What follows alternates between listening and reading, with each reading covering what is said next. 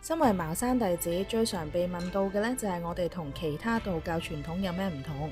其實道教文化博大精深，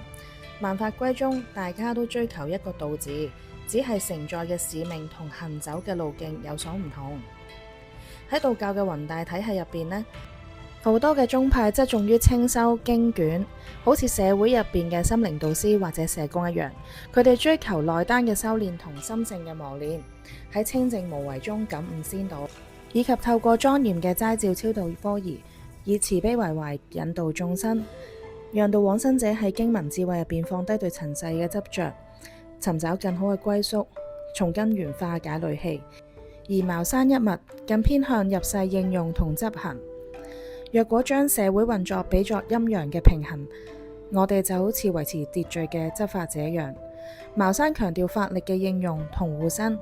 透過師徒傳承同神嘅感應、術法嘅應用，應對生活中種種嘅危難，實用性強。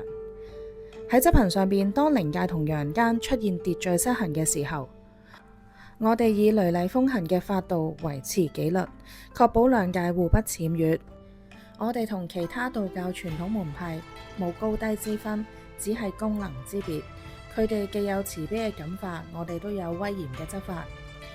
佢哋有感性嘅開導，我哋都有理性嘅實踐。道教中正係因為有唔同嘅職能分工，世界先可以喺平衡中運行。無論係側重經卷教化，定係強調法度嘅執行，各個派別雖然路徑唔同，但濟世利人嘅初心始終如一。我哋喺各自嘅崗位上邊，共同守護陰陽安寧，達至陰安陽樂。